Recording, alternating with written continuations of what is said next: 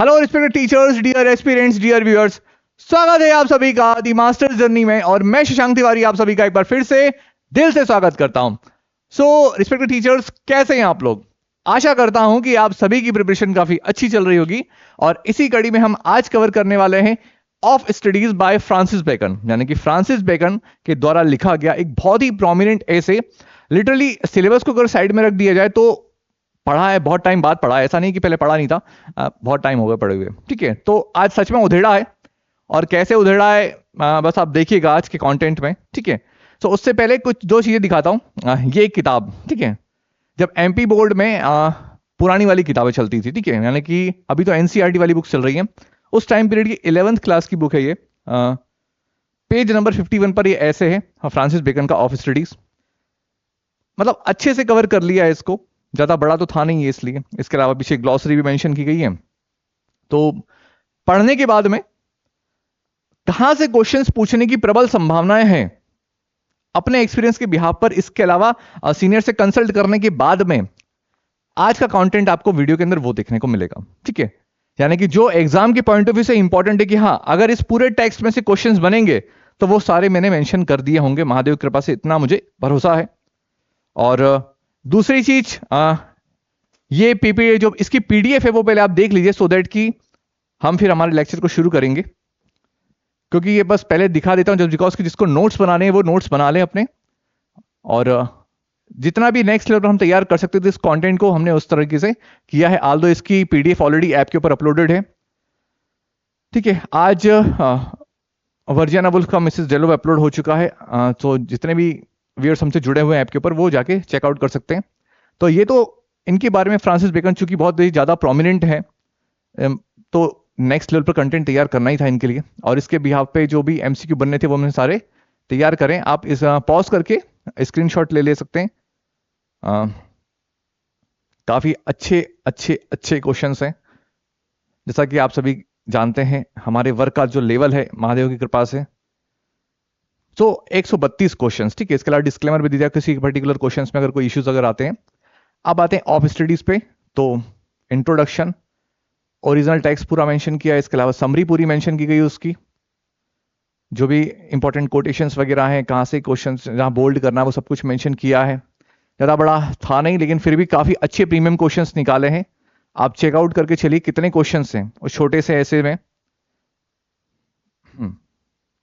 104 questions हम लोगों ने कवर करें। ठीक है, सो ये जस्ट दिखाने का मोटिव ये रहता है कि आप सभी लोग जो अभी हमसे यूट्यूब के माध्यम से जुड़े वो कवर कर सके। और इसके अलावा देखो, समटाइम्स ऐसा होता है कि हम क्या करते हैं, पूरा टेक्स्ट कवर कर लिया, फ्रांसिस बेकन के बारे में पढ़ लिया, फिर भी कहीं ना कहीं कुछ चीजें ऐसी होती जो शायद टीजीटी पीजीटी लेवल के हिसाब से साइड में से पूछ ली आती, तो वो सेक्शन भी हमने कवर किया है इसमें अच्छे से। ठीक है, आज का जो पूरा सेक्शन है इसमें हम लोग फ्रांसिस बेकन के बारे में कुछ बात करेंगे और साथ में पूरा जो टेक्स्ट है उसका जो सार है उसके बारे में डिस्कस करेंगे। ठीक है, सो ज्यादा टाइम वेस्ट नहीं करते। Of studies by Francis Bacon and here Shashank the master. So सबसे पहले सर फ्रांसिस बेकन का एक प्यारा सा फोटो, एक छोटा सा ट्रिब्यूट होता है हमारी पूरी इंटायर टीम की तरफ से जिन्होंने इतना शानदार वर्क किया है। सो अबाउट द राइटर के बारे में एक ब्रीफ इंफॉर्मेशन जो हमें पता होनी चाहिए, और यहां से डायरेक्ट एग्जाम में क्वेश्चंस बनते हैं और 2018 के एग्जाम्स में ये क्वेश्चंस आया है। ठीक है, सो फ्रांसिस बेकन के बारे में अगर बात करें, इनका जन्म कब हुआ था? 22 of January 1561, the strand, London, England में। इनका काफी इंपॉर्टेंट है, क्वेश्चंस आया हुआ है, इसलिए जन्म और मृत्यु से संबंधित चीजें याद रखिएगा रिस्पेक्टेड टीचर्स। ठीक है, सो ये बता दिया है। 22 जनवरी 1561। डेथ के बारे में अगर बात करें तो 9 अप्रैल 1626, एज 65 ईयर्स की एज में इनकी डेथ हो गई थी। हाई गेट मिडिलसेक्स, इंग्लैंड में इनकी डेथ हो गई थी। रेस्टिंग प्लेस कहां पर है? Saint Michael's Church, Saint Albans. Nationality के बारे में अगर बात करें तो इंग्लिश। ठीक है, ऑक्यूपेशन अगर बात करें, philosopher, statesman, scientist and author. Philosopher, statesman, scientist and author.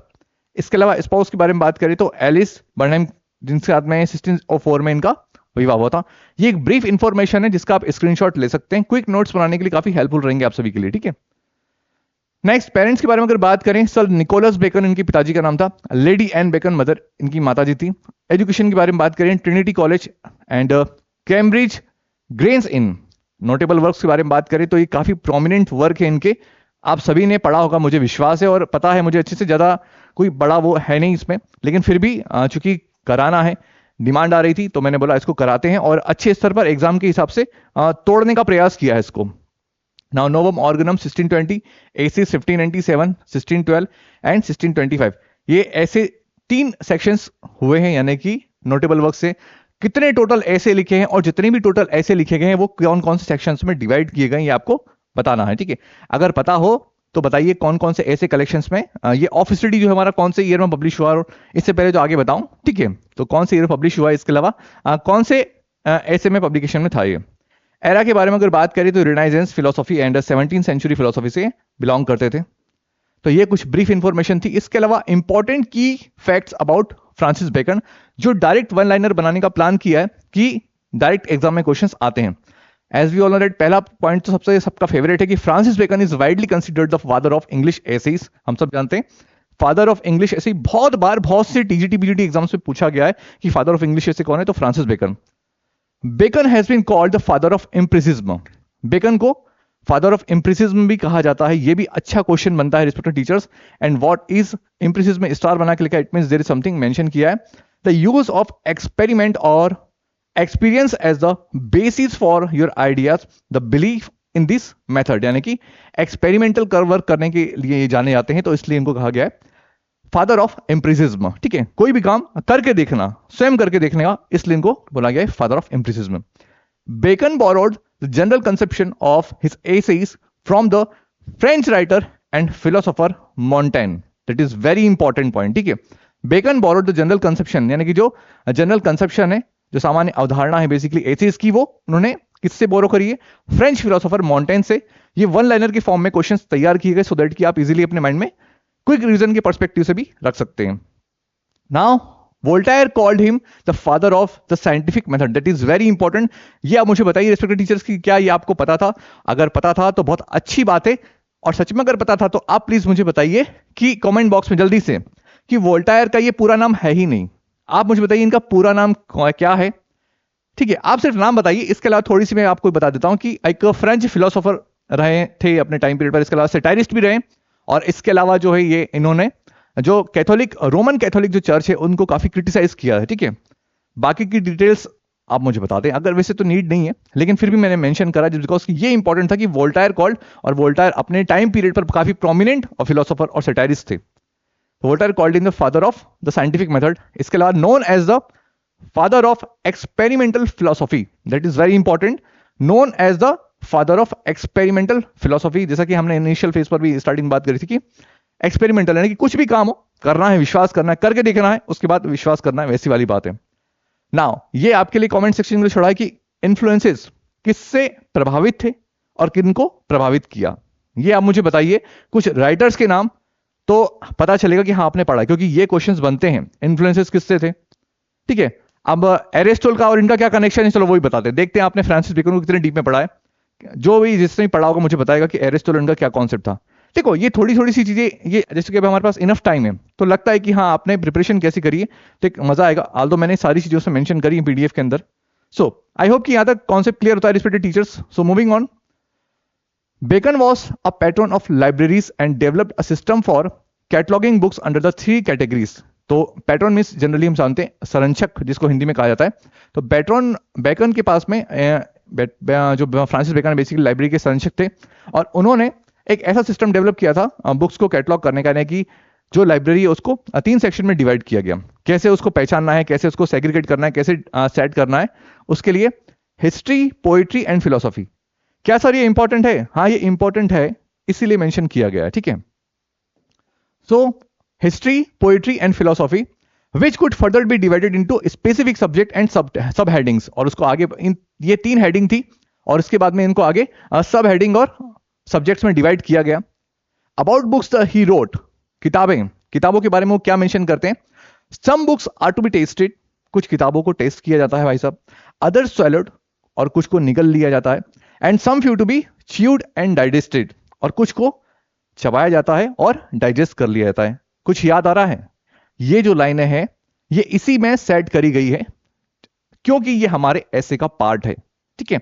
तो आपको ये ध्यान रखना है कि फ्रांसिस बेकन जो कि एक लाइब्रेरी के संरक्षक थे, उन्होंने 3 सेक्शन डिवाइड करे, जिसमें वो क्या करते थे, जो बुक्स थी उनको 3 सेक्शन में डिवाइड करा गया। कैसे पहचानना है उसको आगे फर्दर सब हेडिंग में डिवाइड कर देगा, और वहीं से कोटेशन जो इन्होंने अपने ऐसे के अंदर डाला है। ठीक है, इंपॉर्टेंट एक और मेंशन किया है, एसेज 1597 से लेकर 1625, a collection of essays that cover a variety of subjects like truth, जिसको पूरा नाम है of truth, death, friendship, of friendship भी मेंस के टाइम पीरियड पर था, इसके अलावा ऑफ स्टडीज हमारे इसमें है, एंड मोर, यानी कि बहुत, और बहुत सारे एसओ के पहले इनके ऑफ लगा है। अगर आपने डीप में पढ़ा हो तो आप मुझे बताइए कि चलो ऑफ का भी क्या कॉन्सेप्ट है। ठीक है, देखते हैं, थोड़ा सा चेक कर लेते हैं, नहीं तो कोई इश्यू नहीं, बिल्कुल पैनिक होने की जरूरत नहीं है। आपका जो एग्जाम के पॉइंट ऑफ व्यू से इंपॉर्टेंट है वो सारी चीजें मैंने कवर कराने का प्रयास किया है इसके अंदर। Now the advancement of learning 1605, अ की work that explores the importance of knowledge and the growth of learning in society. That is very important key point. ठीक है, सो क्या लिखा है, एडवांसमेंट ऑफ लर्निंग क्या 1605 में पब्लिश हुआ है, ये इनका एक प्रोमिनेंट वर्क है। अ की वर्क दैट एक्सप्लोर्स, जो क्या बताता है, importance of knowledge, importance of knowledge के बारे में मेंशन किया गया, and the growth of learning in society, society में जो ग्रोथ ऑफ लर्निंग है उनके बारे में इस ऐसे के अंदर काफी अच्छे तरीके से बताया गया। ठीक है, नाउ ऑफ स्टडीज के बारे में बात करते हैं। अभी तक हमने जो चर्चा करी थी वो फ्रांसिस बेकन जी के बारे में करी थी। अब मुद्दे की बात आती है ऑफ स्टडीज, जहां से आपके जो आपका बोलता है कि हाँ सर यहां से बताइए। तो इस ऐसे को अच्छी तरीके से कवर करने के बाद में जो भी इंपॉर्टेंट की पॉइंट्स मुझे लगे हैं कि हाँ यहां से क्वेश्चन, इसीलिए मैंने पहले वो बुक दिखाई, हाईलाइटेड किया गया कंटेंट दिखाया आप सभी को। सो ये पहले एक ब्रीफ इंट्रोडक्शन है इस ऐसे का जिसको हम लोग कवर करने वाले हैं। सो इन दिस ऐसे, इस ऐसे में जिसका नाम क्या है, of studies, Bacon tells us, Bacon हमें बताते हैं about the ways books should be studied, कि किताबों को किस तरीके से पढ़ा जाना चाहिए। Excess indulgence in book is not good, excess indulgence in books is not good, यानी कि जरूरत से ज्यादा भी किताबों में डूबना जो है सही नहीं रहता है। जैसे हम बोलते हैं ना एक स्टेटमेंट की excess of everything is bad, अति हर चीज की बुरी होती है। तो फ्रांसिस बेकन अपने ऐसे जिसका नाम क्या है ऑफ स्टडी, उसमें हमें बताते हैं कि किताबों को किस तरीके से पढ़ा जाना चाहिए, स्टडी किस तरीके से की जानी चाहिए।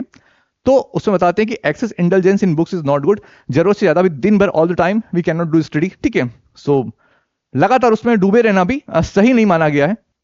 बुक्स, किताबें, ही सेज, वो कहते हैं, should not be study to find argument, किताबें इसलिए नहीं पढ़ी जाना चाहिए कि आर्ग्यूमेंट किया जा सके, but to weigh different argument in support of some ideas, लेकिन इसलिए की जानी चाहिए कि किसी पर्टिकुलर आइडिया को हम लोग सपोर्ट कर सके, उस पर अपना तर्क दे सके कि हाँ ये मुद्दा जो है बिल्कुल सही है। तो पढ़ना बहुत जरूरी है, इसलिए नहीं पढ़ना कि बात बात पे तर्क दिए जा रहे हैं, बल्कि इसलिए पढ़ना है कि अगर आप किसी विचार को समर्थन में हैं, किसी विचार को सपोर्ट कर रहे हैं, तो आप अपना आर्ग्यूमेंट वहां पर दे सकते हैं। ठीक है, वो लॉजिकल वे में बताते हैं कि आप इसे दिखाएंगे कि हाँ आप एक एजुकेटेड है, आपको तर्क वितर्क करने की क्षमता का एहसास है, आप उसमें माहिर हैं। बुक्स आर लाइक फूड, ध्यान देना काफी इंपॉर्टेंट है, books are like food, direct ऐसे ही क्वेश्चंस बनेंगे आपके, books are like food, enough of it it is good, अगर पर्याप्त खाएंगे तो अल्टीमेटली वो सफिशिएंट है, enough of it is good यानी कि पर्याप्त मात्रा में खाएंगे तो वो हमारे लिए अच्छा रहेगा, too much of it is unpleasant, और अगर जरूरत से ज्यादा खा लेंगे तो क्या होगा, ओवर ईटिंग के टाइम पीरियड हम क्या होता है, फूड पॉइजनिंग वगैरह हो जाती है, वॉमिटिंग वगैरह होती है। तो सेम थिंग है कि जरूरत से ज्यादा हमें नहीं पढ़ना है, अनप्लेजेंट रहेगा वो, लेकिन इनफ जो है काफी अच्छा रहेगा। Books can be effective in curing many types of mental illness, that is very important, किताबें जो होती हैं बेसिकली वो बहुत सारी मेंटल इलनेस से क्योर करने से काम में आएंगे, यानी कि अगर देखा जाए तो अगर आप किसी भी प्रकार से मेंटल इलनेस से सफर कर रहे हैं तो आप किताबें पढ़िए, किताबें आपकी हेल्प करेंगी। ठीक है, ये बताने का प्रयास किया गया है इस ऐसे के अंदर। बेसिकली ये एक ब्रीफ इंट्रोडक्शन था। अब चलते हैं थोड़ा सा फर्दर आगे, नेक्स्ट बात करते हैं रिस्पेक्टेड टीचर हम लोग इसके टेक्स्ट के बारे में। तो इस टेक्स्ट को ऐसे कवर करने का प्रयास किया गया इस पूरी पीपीटी के अंदर कि जितने भी वर्ड्स और सेंटेंस इसके अंदर मेंशन किए गए, आपके एग्जाम के पॉइंट ऑफ व्यू से जितने भी एमसीक्यू बनने हैं वो बनेंगे इस पूरे टेक्स्ट में से ही, भले घुमा फिरा दिया जाए थोड़ा सा, लेकिन वो बनेंगे इसमें से ही, ऐसा पूर्ण विश्वास है। लेकिन साथ में एक छोटी सी एडवाइस कि आप लोग ज्यादा बड़ा ऐसे है नहीं तो पूरा कवर करके चलें, सो दैट कि कभी कभी ऐसा होता है कि आधी लाइन दे दी और फिर ब्लैंक छोड़ दिया, उसके बाद कंप्लीट करने वाला सेंटेंस स्टेटमेंट पूछ लिया, तो ये आप कवर करके चलें। ठीक है, सो यहां पर बताते हैं फ्रांसिस बेकन हमें, study serve for delight, for ornament and for ability. तो बेसिकली अगर बात करें तो स्टडी हमें क्या सर्व करती है, डिलाइट, ऑर्नामेंट एंड एबिलिटी, या फिर हम ये कह सकते हैं कि स्टडी के बेनिफिट्स क्या हैं। फ्रांसिस बेकन ने स्टडी के बुक्स पढ़ने के कितने बेनिफिट्स बताए थे। तो बेसिकली 3 बेनिफिट्स के यहाँ पर स्टार्टिंग में बात की गई है, एक एक करके समझते हैं। तो स्टडी सर फॉर डिलाइट यानी कि आनंद, ऑर्नामेंट यानी कि दिखावा, एंड फॉर एबिलिटी यानी कि योग्यता के बारे में बात हो रही है। यहां आगे फ्रांसिस बेकन कहते हैं their chief use for delight. ये इंपॉर्टेंट है, ये ध्यान रखना, रिस्पेक्टिव डायरेक्ट क्वेश्चन बन सकता है कि स्टडी का जो चीफ यूज है या बुक्स की स्टडी करने का जो चीफ यूज है वो क्या है, डिलाइट यानी कि आनंद। ये ध्यान रखना, ठीक है। सो स्टडी का जो चीफ यूज होता है वो होता है डिलाइट। स्टडी हमें डिलाइट, आनंद प्रोवाइड कराती है। और ये कब, इज इन प्राइवेटनेस, जब हम इसको एकांत में अकेलेपन में पढ़ेंगे तब वो हमें आनंद देती है। यानी कि ये भी पूछ लिया गया कि जो स्टडी सर्व करती है डिलाइट वो कौन से केस में, तो प्राइवेटनेस में, जब हम एकांत में पढ़ते हैं तब वो हमें आनंद देती है। इसके अलावा एंड रिटायरिंग, जब हम अपनी जॉब से रिटायर हो जाते हैं, कोई भी काम हम कर रहे हैं, जब अपनी जॉब से रिटायर हो जाते हैं, फ्री ही रहते हैं, उसके बाद अगर हम किताबों को पढ़ते हैं तो वो हमें आनंद प्रदान करती है, ठीक है। आई होप कि रिस्पेक्टेड टीचर यहां तक समझ में आ गया होगा आपको। नेक्स्ट आगे लिखा है फॉर ऑर्नामेंट। बात अगर ऑर्नामेंट की करें, आभूषण जनरली हम लोग क्यों पहनते हैं, दिखावे के लिए। कोई भी व्यक्ति है अगर वो ज्वेलरी पहन रहा है तो क्यों, जस्ट बिकॉज उसको दिखावा करना है। तो अगर ऑर्नामेंट के बारे में अगर बात करें स्टडी को लेकर तो वो बताते हैं इज इन डिस्कोर्स। डिस्कोर्स का मतलब होता है बातचीत करना। तो बातचीत के दरमियान जब हम ऐसे वर्ड्स का इस्तेमाल करते हैं जो थोड़े से इंप्रेसिव हो तो सामने वाले को लगता है कि हाँ भैया ये एजुकेटेड पर्सन है और ये दिखावा कर रहा है अपनी पढ़ाई का, ठीक है। तो ऑर्नामेंट के सेंस में अगर बात करें तो वो बातचीत के दरमियान दिखावा होती है। एंड फॉर एबिलिटी, बात अगर एबिलिटी की जाए तो is the judgement and disposition of business. तो स्टडी बेसिकली देखा जाए तो कब वो कहाँ गया, एबिलिटी की बात होती है। तो जब हम जजमेंट की बात करते हैं, किसी भी चीज के ऊपर हमारे अंदर निर्णय लेने की क्षमता होना चाहिए, क्या सही है क्या गलत है, अगर हम ये कर सकते हैं तो डेफिनेटली वो बात होती है एबिलिटी की। तो 3 चीजें बेसिकली हमें स्टडी बुक्स को पढ़ने के हमें बेनिफिट्स बताते हैं कि डिलाइट, ऑर्नामेंट एंड एबिलिटी। इसके अलावा आगे स्टार करके मेंशन किया है डिस्पोजिशन ऑफ बिजनेस, यानी कि हम पढ़ेंगे, पढ़ने से हमें ज्ञान प्राप्त होगा और उसके बाद में ही हम लोग हमारे बिजनेस का डिस्पोजिशन कर सकते हैं।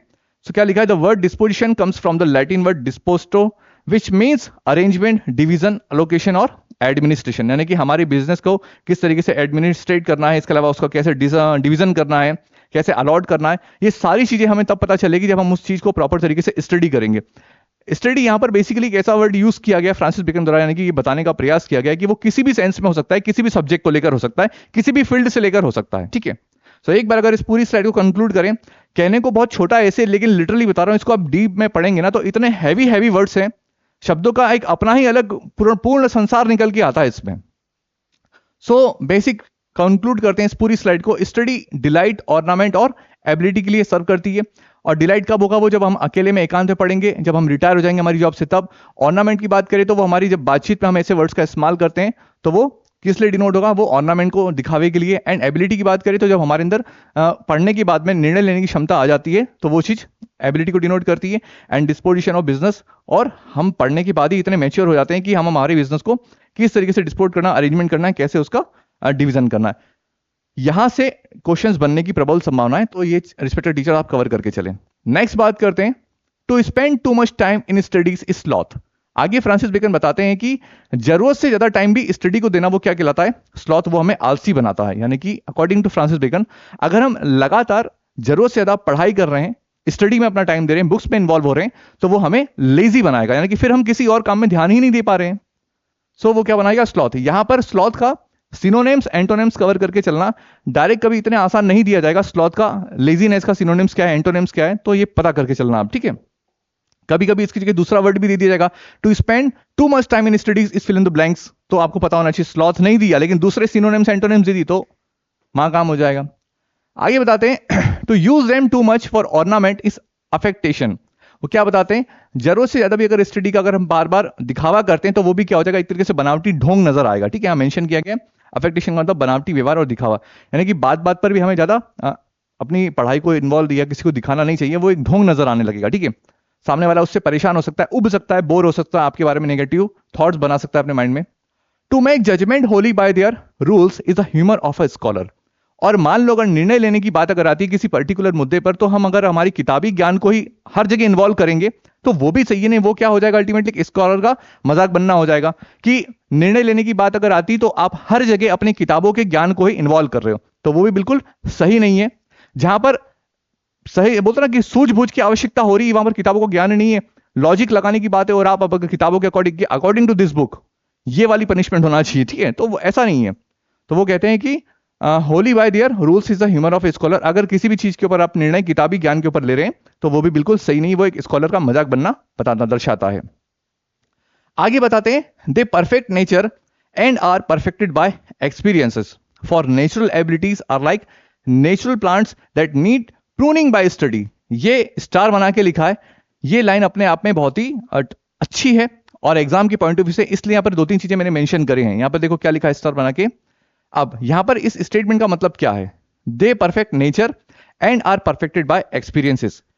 यहां पर फ्रांसिस बेकन एम्फसाइज करते हैं the importance of both studying and applying knowledge, यानी कि स्टडी के बारे में और जो भी ज्ञान हमने पढ़ा है, पढ़ने के बाद हमें जो ज्ञान की प्राप्ति हुई है उसको हम अप्लाई कर रहे हैं अपनी प्रैक्टिकल लाइफ में थ्रू एक्सपीरियंसेस, और उसको करने के बाद में हमें क्या प्राप्त होगा, एक एक्सपीरियंस होगा, to achieve true understanding and wisdom, जिससे हमें क्या ट्रू अंडरस्टैंडिंग और विजडम प्राप्त होगा। यानी कि सिंपल शब्दों में कहा जाए तो मैंने किसी किताब को पढ़ा, उसको पढ़ने के बाद मुझे ज्ञान की प्राप्ति हुई, लेकिन अगर मैं ये कहूं कि उसको पढ़ने के बाद में जो ज्ञान मैंने लिया तो वो सर्वव्यापी है या फिर सब कुछ है, तो वो सही नहीं रहेगा। किताब पढ़ने के बाद में आपने सीख लिया कि किसी भी, मान लो अगर बेंच हो गई या कोई पंखा बनाना है, टीवी बनाना है, उसको मैंने किताब में से मेथड पढ़ ली। जैसे कि हमने भगत सिंह मूवी है अजय देवगन की, उसमें बताते हैं वो कोर्ट वाला सीन, अगर आपको शायद याद हो तो उसमें बताते हैं कि बम बनाने की मेथड, तो बम बनाने का मेथड आपने बता दिया, लेकिन जब तक आप उसको अपनी प्रैक्टिकल लाइफ में अप्लाई नहीं करेंगे आप परफेक्ट नहीं होंगे।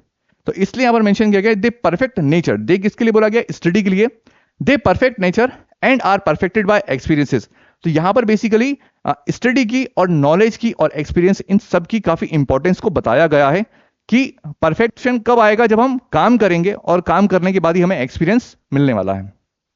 आगे बताया गया, और for natural abilities are like natural plants they need pruning by study. जैसे जनरली क्या लिखा है, एक minute, okay, for natural abilities, जो भी हमारी नेचुरल एबिलिटीज होती है, जनरली हम जैसे प्लांट है, कोई उस प्लांट की विशेषता है कि भैया उसको बहुत अच्छी स्मेल देना है या बहुत अच्छा फ्लावर देना है, उसी तरीके से हम देखते हैं कि जनरली कोई छोटा बच्चा होता है जिसके अंदर किसी भी चीज को हम कुछ पढ़ा रहे हैं तो वो बहुत इजीली चीजों को कैच कर रहा है और उसके लिए बहुत आसान है, तो हम बोलते हैं कि यार ये बच्चा बहुत गॉड गिफ्टेड है।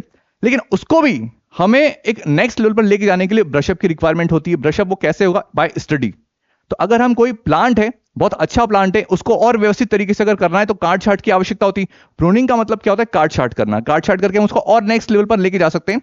ठीक उसी तरीके से कोई भी व्यक्ति है, चाहे बच्चा हो या कोई व्यक्ति हो, अगर उसको वो बहुत गॉड गिफ्टेड है, वो अच्छा है शुरू से, और बेहतर बनाने के लिए हमें क्या करना पड़ेगा, उसको और नेक्स्ट लेवल की पढ़ाई करानी पड़ेगी, समझाना पड़ेगा, ज्ञान देना पड़ेगा। तो इसको यहां पर प्रूनिंग के रूप में बोला गया है, ठीक है। आई होप रिस्पेक्टेड टीचर की यहां तक आप सभी को अच्छे समझ में आ रहा होगा। तो ये ध्यान रखना कि natural abilities are like natural plants they need pruning by study. ये ध्यान रखना, they need pruning by study, ये फिल इन द ब्लैंक्स के रूप में पूछे जा सकते हैं, इसलिए काफी इंपॉर्टेंट, जो भी हाईलाइटेड वर्ड है काफी इंपॉर्टेंट है, ठीक है। नेक्स्ट बात करते हैं, crafty man condemn studies, simple man admire them and wise man use them. जो क्राफ्टी मैन होते हैं, जो चालाक व्यक्ति होते हैं, वो पढ़ाई की जो है, स्टडी की वो बुराई करते हैं। क्यों बुराई करते हैं, बिकॉज वो नहीं चाहते कि कोई दूसरा व्यक्ति उनके जितना विद्वान बन सके। And simple man admire them, जो व्यक्ति सिंपल होता है वो स्टडी की प्रशंसा करता है केवल, ठीक है। एंड वाइज मैन, जो बुद्धिमान व्यक्ति होते हैं, बेसिकली वो क्या करते हैं, उस स्टडी को यूज करते हैं, वो बखान नहीं करेंगे, वो अपनी पढ़ाई को इस्तेमाल करेंगे। नेक्स्ट बात करते हैं, read not to contradict and confute, not to believe and take for granted, not to find and talk and discourse, but to weigh and consider. यहां फ्रांसिस बेकन बताने का प्रयास करते हैं कि हमें इसलिए नहीं पढ़ना चाहिए कि हम लोग कॉन्ट्राडिक्ट और कॉन्फ्यूट कर सके। Both words are very important. So यहां पर उनका मीनिंग लिखा है, कॉन्ट्राडिक्ट का मतलब होता है to say that something is wrong, और not true to say opposite of something, यानी किसी बात को गलत ठहराना, किसी बात का खंडन करना, विरोध में बोलना। And confute means prove to be wrong, यानी कि किसी को गलत सिद्ध करना। तो फ्रांसिस बेकन कहते हैं कि हमें इसलिए नहीं पढ़ना चाहिए कि हमें किसी बात का खंडन करना है या किसी को गलत सिद्ध करना है, इसलिए कभी भी स्टडी नहीं करना चाहिए। Not to believe and take for granted, और इसलिए भी नहीं कि हम किसी चीज पर आसानी से विश्वास कर सके बिकॉज कि हाँ हम एजुकेटेड है, हमने पढ़ा है इस चीज को, और इसलिए भी नहीं कि हम किसी का फायदा उठा सके कि हाँ हम एजुकेटेड पर्सन है तो हम किसी दूसरे व्यक्ति का फायदा उठा सके, इसलिए कभी भी स्टडी नहीं करना चाहिए। Not to find talk and discourse, और इसलिए भी नहीं कि हम बातचीत कर सके, discourse, both words are very important. तो यहां पर भी इनका मेंशन किया गया है। टॉक जनरली बेसिकली अगर बात करें तो बातचीत करने के लिए यूज होता है, लेकिन डिस्कोर्स एक ऐसा वर्ड है जो कि किस सेंस में यूज होता है? जब हम किसी पर्टिकुलर मुद्दे पर एक एनालिसिस कर रहे हैं, एक मुद्दे पर बात कर रहे हैं, कॉन्फ्रेंस कर रहे हैं, विचार विमर्श कर रहे हैं, तो आपका वो दर्शाता है कि आपको किस लेवल का नॉलेज है, ठीक है, किस लेवल पर आप तर्क कर सकते हो। तो इसलिए भी नहीं कि हम बातचीत करने के दरमियान और डिस्कोर्स के टाइम पीरियड पर हम लोग अपनी स्टडी को दर्शा सकें, but to weigh and consider, लेकिन वो इसलिए कि हाँ, अगर किसी मुद्दे पर विचार विमर्श हो रहा है तो आप सही चीजों का आकलन किस तरीके से कर सकते हैं, इसलिए पढ़ाई होना चाहिए, ठीक है। ये काफी हैवी वर्ड्स हैं और काफी इंपॉर्टेंट है, तो रिस्पेक्टेड टीचर ध्यान से समझना। ये इंपॉर्टेंट लाइंस होती हैं। क्राफ्टी मैन क्या करता है? स्टडी की बुराई करता है। सिंपल मैन उसकी प्रशंसा करेगा, एंड वाइज मैन क्या करेगा? उसको यूज करेगा। एंड हमें किस लिए नहीं पढ़ना चाहिए? कॉन्ट्राडिक्ट और कॉन्फ्यूट के लिए नहीं पढ़ना चाहिए। दोनों वर्ड्स लिखे हैं, ऐसा नहीं है कि believe and take for granted के लिए, and not find to talk discourse, ये तीनों वर्ड दे दिए, चौथा दे दिया, बताओ नन ऑफ दिस ऑप्शन आ गया। तो किस लिए पढ़ना चाहिए, किस लिए नहीं पढ़ना चाहिए, ये सारी चीजें आप याद करके चलना रिस्पेक्टेड टीचर्स। हालांकि आप सभी ने कवर कर लिया होगा, ज्यादा बड़ा ऐसे नहीं है, इसलिए नेक्स्ट बात करते हैं। Some books are to be tasted, other to be swallowed, and some few to be chewed and digested. क्या कहने का मतलब? फ्रांसिस बेकन में बताते कि कुछ किताबें जो हैं ऐसी होती जिनको केवल टेस्ट किया जाता है, कुछ किताबें केवल ऐसी होती जिनको टेस्ट किया जाता है, यानी कि टेस्ट जनरली एक वैसा वर्ड देखो बोलता कि मतलब कहाँ का सेंस कहाँ निकालने का और कैसे कनेक्ट किया उन्होंने। जनरली हम किसी डिनर पार्टी में जा रहे हैं तो वहां पे बहुत सारे स्टॉल्स वगैरह लगे रहते हैं, तो हम ऐसा तो है नहीं कि सब चीजें पेट भर के खाते हैं, थोड़ा टेस्ट करते हैं। ठीक उसी तरीके से कुछ किताबें ऐसी होती है, बहुत सारी किताबें हैं, अलग अलग सब्जेक्ट की किताबें, तो हमें कुछ की नोट्स, की पॉइंट्स ऐसे हैं जो देखना है या इंपॉर्टेंट है, तो वो नोट्स के रूप में या पॉइंट्स के रूप में हम लोग कवर कर सकते हैं। अदर टू बी swallowed, कुछ ऐसी किताबें होती हैं जिनको हमें जल्दी जल्दी पता है कि बस कवर करना है पूरा, तो उसको निकल लिया, यानी कि ज्यादा उसको फोकस के साथ हमने नहीं पढ़ा है। एंड आगे क्या बताते हैं? And some few to be chewed and digested, और कुछ किताबें ऐसी होती हैं जो कि काफी इंपॉर्टेंट होती हैं, जिनको ध्यानपूर्वक पढ़ना है, अच्छे से समझना है और फिर उसका पूरा ज्ञान लेना है। ये दोनों तीनों चीजें काफी इंपॉर्टेंट है। दैट इज लिखा है mention, some books are to be read only in parts, कुछ किताबों को पार्ट्स में कन्वर्ट करना होता है, यानी कि पार्ट्स में पढ़ना होता है। Others to be read but not curiously, कुछ को पढ़ना है लेकिन क्यूरियसली नहीं पढ़ना है। And some books to be read wholly, कुछ किताबों को पूरा पढ़ना है, and with diligence and attention, पूर्ण समर्पण के साथ में, अटेंशन के साथ में उसको कंप्लीट करना है। यहां पर मेंशन किया गया है distilled books are like common distilled waters, flashy things, काफी इंपॉर्टेंट है, सीरियसली काफी इंपॉर्टेंट है, ठीक है। अच्छा, पहले इसको खत्म कर देते हैं एक बार। ये ध्यान रखना रिस्पेक्टेड टीचर्स की some books are to be tasted, कुछ किताबों को टेस्ट किया जाता है, other to be swallowed and some to be chewed digested. ये तीनों से क्वेश्चंस घुमा फिरा के पूछ जा सकते हैं कि कौन सी ऐसी किताबें जिनको टेस्ट करना होता है या फिर उसका सेंस क्या है। फिर बता रहा हूं, घुमा फिरा के पूछें, लेकिन आप इनके गहराई के जो शब्द हैं वो अपने माइंड में बिठा कर चलना रिस्पेक्टेड टीचर्स, ठीक है। नाउ आगे लिखा है distil books are like common distil waters, flash things.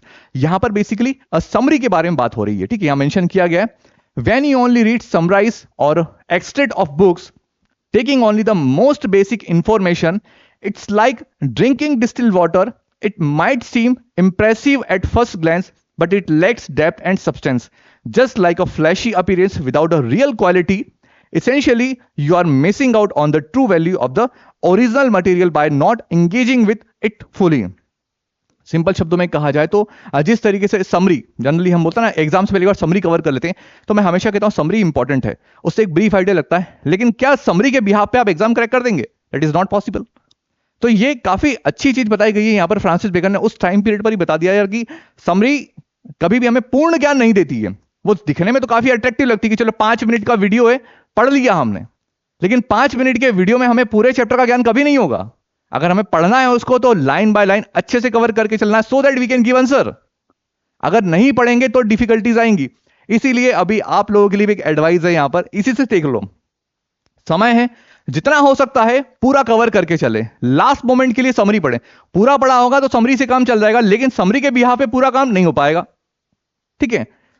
So distil books are like common distil water, कैसे कंपेयर करें? समराइज करने वाला कॉन्सेप्ट यहां पर अप्लाई हुआ है, नीचे मेंशन कर दिया गया, स्क्रीनशॉट रिस्पेक्टेड टीचर्स आप ले सकते हैं।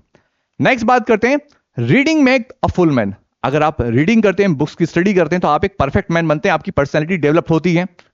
कॉन्फ्रेंस अ रेडी मैन, कॉन्फ्रेंस करने का मतलब है बातचीत करना, यानी कि आप जनरली मीटिंग, कॉन्फ्रेंस क्या है? मीटिंग वाला वर्ड है, मीटिंग करने में क्या होता है, डिबेट डिस्कशन होते हैं किसी मुद्दे पर। अगर आप पढ़े लिखे होंगे, एजुकेटेड होंगे, समझदार होंगे, किताबों को पढ़ा होगा, किसी पर्टिकुलर टॉपिक को पढ़ा होगा, so that you can debate. तो कॉन्फ्रेंस से क्या होता है, आदमी रेडीमैन यानी कि इमीडिएट रिस्पॉन्ड करने वाला व्यक्ति बनता है कि हाँ मैंने इस मुद्दे के बारे में सुना, मैंने बहुत सारी मीटिंग को अटेंड करा है, तो ये काफी इंपॉर्टेंट है। तो conference a ready man and writing and excitement. अब जनरली हम बोलते हैं किसी व्यक्ति को लिखना, इतनी बार उसने लिखा होगा कि वो उसने परफेक्ट हो गया कि वो गलती नहीं कर सकता, जैसे कैलीग्राफिस्ट बोलते हैं जिसको, ठीक है। तो रीडिंग से क्या होता है कि आदमी की पर्सनैलिटी डेवलप होती है, एक परफेक्ट मैन बनता है, तो रीडिंग में एक full man. Conference a ready man and writing and exact man. जो राइटिंग का कॉन्सेप्ट यहां पर उससे बताया कि वो परफेक्शन आता है काय में, राइटिंग में, यानी कि एग्जैक्ट मैन बनता है, एक्यूरेसी काम करता है।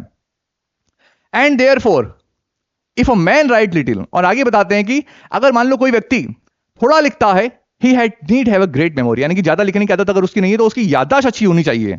अगर उसकी ज्यादा लिखने की हैबिट नहीं है तो उसकी याददाश्त अच्छी होना चाहिए। इफ कन्फर लिटिल, अगर वो he had need have a present wit, अगर मान लो वो थोड़ा बोलता हो, ज्यादा नहीं बोलता हो, तो क्या बताएगा, he had need have a present wit, तो उसके अंदर इतनी बुद्धि होना चाहिए। एंड इफ ही रीड, हाँ ओके, इतनी बुद्धि होना चाहिए कि मान लो कि मैं कभी किसी सभा में बैठा हूं तो मुझे ज्यादा नहीं बोलना, लेकिन मैं जब भी बोलूं, जितने भी वर्ड का इस्तेमाल करूं, वो मेरे वर्ड्स ऐसे होने चाहिए कि सामने वाले पे एक अलग नेक्स्ट लेवल का प्रभाव छोड़ सके, ठीक है। आगे बात करते हैं, and if he read little he had need have much cunning to seem to know that he doth not, यानी कि आगे फ्रांसिस बेकन बताते हैं कि मान लो कि अगर कोई थोड़ा पढ़ता है तो उसको और चतुर होने की आवश्यकता है, उसको अपना दिमाग लगाने की आवश्यकता है, जस्ट बिकॉज कि अगर मान लो कभी एजुकेटेड की मंडली में बैठे थे, एक पढ़े लिखे लोगों की मंडली में सभा में बैठे, तो वो लोग जिस मुद्दे पर बात कर रहे हैं तो उसको ऐसा दर्शाना चाहिए कि हाँ मुझे भी इस विषय के बारे में पता है, जो बातें आप लोग कर रहे हो, ठीक है, I also know very well, ठीक है, मुझे भी पता है। तो वहां आपको उसको कनिंग होने की रिक्वायरमेंट है, ठीक है, अगर वो थोड़ा पढ़ता है तो। नेक्स्ट बात करते हैं, अच्छा कन्फर्म मींस लिखा है to discuss something with somebody before making a decision. यहां पर जितने भी रिस्पेक्टेड टीचर्स, पूरी स्लाइड के आप स्क्रीनशॉट ले सकते हैं जो इंपॉर्टेंट वर्ड्स मेंशन किए गए, ठीक है। नेक्स्ट बात करते हैं, आगे फ्रांसिस बेकन बताते हैं कि हिस्ट्री मेक्स मेन वाइज, अगर कोई व्यक्ति हिस्ट्री पढ़ता है तो वो बुद्धिमान होता है, यानी कि जनरली अगर हम बात करें इस विषय में कि इतिहास में फैक्ट्स, फिगर, डेट्स वगैरह मेंशन रहती है, किसी व्यक्ति से अगर आज से 200-250 साल पुरानी बात पूछो, अगर वो बताता है तो हम क्या कहते हैं कि यार देखो कितना बुद्धिमान व्यक्ति, कितना इंटेलिजेंट व्यक्ति। तो अगर कोई व्यक्ति अकॉर्डिंग टू फ्रांसिस बेकन इतिहास पढ़ता है, हिस्ट्री पढ़ता है, तो वो बुद्धिमान होता है। इसके अलावा अगर कोई व्यक्ति पोइट्री पढ़ता है तो वो इमेजिनेटिव होता है। जनरली पोइट्री के अंदर क्या होता है, जितने पोइट्स वगैरह हैं वो कम से कम शब्दों का इस्तेमाल करके अपने एक ब्रॉड इमेजिनेशंस को डालने का प्रयास करते हैं, लिखने का प्रयास करते हैं। तो अगर कोई पोइट्री पढ़ेगा तो वो क्या होता है, अल्टीमेटली विटी यानी कि इमेजिनेटिव होगा। एंड द मैथमेटिक्स सटल, और अगर मान लो कोई व्यक्ति मैथमेटिक्स पढ़ता है तो वो एकाग्रचित होगा, कॉन्सेंट्रेशन होगा, बिकॉज मैथमेटिक्स में हमें किसकी रिक्वायरमेंट पड़ती है, एकाग्रचित होने की। क्योंकि अगर मान लो हमारा इधर उधर ध्यान भटकता रहा, हमारे फॉर्मूले गड़बड़ हो गए, तो हमारे मैथ्स के क्वेश्चंस गलत हो जाएंगे। तो मैथ्स क्या मांगता है, अटेंशन मांगता है, ठीक है। तो अगर वो व्यक्ति मैथ्स पढ़ेगा तो वो सटल होगा। ये तीनों चीजें ध्यान रखना। History makes main wise, history make के बाद में लिख दिया आपने फिल इन द ब्लैंक्स, तो याद रखना main wise, poetry witty, and इसके अलावा मैथमेटिक्स सटल। नेचुरल फिलोसॉफी के बारे में अगर बात करें तो डीप, यानी कि लॉजिकल, अगर आप फिलोसॉफी पढ़ते हैं तो आप लॉजिकल वे में सोचने का प्रयास करेंगे, सो दैट कि मान लो किसी मुद्दे पर अगर बहस हो रही है, तर्क वितर्क की अगर बात हो रही है, तो आप अपना एक तर्क बता सकते हैं, जस्ट बिकॉज कि आपने फिलोसोफर्स को पढ़ा है, फिलोसॉफी पढ़ी है इसलिए। And abundant study in modes, इसका मतलब क्या रहता है, जनरली यहां मेंशन किया है अबंडेंट स्टडी इन मोड्स, मतलब एक लैटिन फ्रेज, इसका मतलब होता है study pass on into character, यानी कि जैसा आप पढ़ेंगे वैसे ही आप बनते चले जाएंगे। तो ये काफी इंपॉर्टेंट है, ये ध्यान रखना। आगे बताते हैं Francis Bacon, bowling is good for stone. अच्छा एक चीज और, ये ऐसे को पूरा लाइन बाय लाइन कवर नहीं किया है, जैसा कि मैंने आपको वो बुक बताई थी उसमें मैंने मेंशन किया, पूरा पढ़ने के बाद में जो एग्जाम की पॉइंट ऑफ व्यू से क्वेश्चंस बनाने वाली बात आती है वो सारा कवर करा है। तो अगर आप बोले सर आपने कुछ वर्ड्स या मेंशन करा, तो फिर बता रहा हूं पूरा लाइन बाय लाइन कवर नहीं करा, लेकिन काफी हद तक है पॉइंट आप देख रहे होंगे इसमें। सो बॉलिंग इज गुड, यहां पर बता रहे हैं कुछ इंपॉर्टेंट की पॉइंट्स, और कि bowling is good for the stone and reins. जो बॉलिंग करने से क्या होता है, हम इतनी दूर से रन करके आते हैं, तो वो किसके लिए बेनिफिट रहता है, हमारी स्टोन के लिए, रेन्स के लिए। शूटिंग करने से क्या बेनिफिट है, shooting for the lungs and breast, and gentle walk अगर हम करते हैं तो वो हमारे स्टमक के लिए काफी हेल्पफुल रहती है। And riding to the head, ये इस वाले सेक्शन 3 में से 2018 के एग्जाम में क्वेश्चंस पूछा गया है, ठीक है, यानी कि जो ऑफ स्टडी कैसे था इसी वाले सेक्शंस में से, कि बॉलिंग से क्या होता है, स्टोन और रेंज पर इंपैक्ट अच्छा रहता है। एंड शूटिंग किसके लिए बेहतर होती है, लंग्स और ब्रेस्ट के लिए, जेंटल वॉक स्टमक के लिए, राइडिंग हेड के लिए। That is very important respected teachers. Next बात करें, so if a man's wit be wandering, अगर मान लो किसी व्यक्ति का दिमाग जो इधर उधर घूम रहा है, late him study the mathematics, that is very important. अगर मान लो किसी व्यक्ति का दिमाग इधर उधर एक जगह स्थायी नहीं है तो उसको क्या पढ़ना चाहिए? मैथ्स, क्योंकि मैथ्स अटेंशन मांगता है। नेक्स्ट बात करते हैं, if his wit be no apt to distinguish और find differences let him study the school man for they are cymini sectors.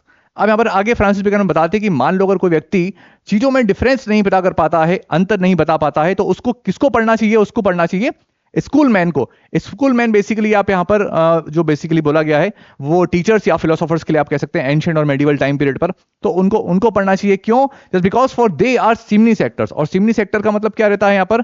सिमनी sector is a Latin phrase that refers to being too particular. ठीक है, क्योंकि वो लोग क्या ना accurate है, किसी भी चीज को बहुत ही गहराई से नेक्स्ट लेवल पर चेक कर सकते थे और इसलिए उसको बोला गया है टू पर्टिकुलर। ठीक है, तो जो बारीकियां मतलब एक आम इंसान नहीं देख सकता वो फिलोसोफर देख सकते थे, इसलिए अगर कोई चीजों में डिफरेंस नहीं कर पाता है तो उसको किसको पढ़ना चाहिए? स्कूल मैन को। ठीक है, नेक्स्ट बात करते हैं, if he be not apt to beat over matters and to call upon one thing to prove and illustrate another let him study the lawyers cases. What does it mean here? यहां पर Francis Bacon हमें बताते हैं कि अगर कोई व्यक्ति मान लो मैटर्स को लेकर, मामलों को लेकर झगड़ने और एक चीज को साबित करने और दूसरों को स्पष्ट करने के लिए सक्षम नहीं है तो उसे किसकी स्टडी करना चाहिए? उसको लॉयर केसेस की स्टडी करना चाहिए। Just because as we all know that lawyers क्या करते हैं, एक पर्टिकुलर मुद्दे पर 4 अलग अलग तरीके से तर्क देने की सक्षम होते हैं, किसी मुद्दे के ऊपर अलग अलग तरीके से सोचने का नजरिया होता है उनका। तो अगर मान लो कोई व्यक्ति किसी मैटर के ऊपर डिसीजन लेने में सक्षम नहीं है तो उसको लॉयर केसेस की स्टडी करना चाहिए, सो दैट कि वो उसके अंदर एक माइंड में एक अलग डायमेंशंस क्रिएट हो और वो चीजों पर तर्क वितर्क करने के लिए 4 अलग अलग रास्ते खोज सके। ठीक है, आगे फर्दर डिस्कस करते हैं। कहां थे? हाँ, so every every defect of the mind may have a special receipt। यहां पर रिसिप्ट को मतलब बेसिकली स्टडी से है, तो यहां देख लेते हैं क्या लिखा है। So every defect of the mind may have special receipt, यानी कि माइंड के हर प्रकार के डिफेक्ट के लिए एक स्पेशल टाइप की रिसिप्ट है, और रिसिप्ट का मतलब यहां पर यह है स्टडी। यानी कि अगर दिमाग से संबंधित, माइंड से संबंधित अगर किसी प्रकार की समस्या है तो उसके लिए एक स्पेशल टाइप की स्टडी है, अकॉर्डिंग टू फ्रांसिस बेकन। ठीक है, आई होप रिस्पेक्टेड टीचर्स की यहां आप सभी को समझ में आ रहा होगा। और लिटरली ये वो सारे की पॉइंट्स हैं, स्टेटमेंट है जहां से आपके क्वेश्चंस डेफिनेटली बनेंगे। पूरे ऐसे को अच्छी तरीके से उधेड़ने के बाद मैंने अपना पूरा एक्सपीरियंस लगाया है और बाकी उसके अंदर तो सारे एमसीक्यू कवर कर ही दिए पीडीएफ के अंदर। ठीक है, सो इसी के साथ ये ऐसे होता है हमारा समाप्त, और सीरियसली काफी रिलीफ फील कर रहा हूं और मेरा एक छोटा सा प्रयास था इस ऐसे को नेक्स्ट लेवल पर लेके जाने का। सो आशा करता हूं कि आप सभी को रिस्पेक्टेड टीचर से ऐसे काफी अच्छा लगा होगा और मैंने अपनी तरीके से बातचीत कवर करी। फिर बता रहा हूं पूरा इसको कवर नहीं करा, लेकिन जो भी इंपॉर्टेंट पॉइंट्स थे यही एक मोटिव के साथ में कि जो वीडियो एक कम से कम टाइम पीरियड में आप तक पहुंचे। ठीक है, सो आशा करता हूं कि आज का लेक्चर आपको अच्छा लगा होगा, और अगर अच्छा लगे तो प्लीज वीडियो को लाइक जरूर करें और अपने जानने वालों के साथ में शेयर जरूर करें। और बस इतनी सी बात थी जो आप तक पहुंचानी थी। बहुत जल्दी मिलेंगे आप सभी के साथ एक नई वीडियो के साथ में। Till then stay safe, keep in touch, all the best, thank you very much.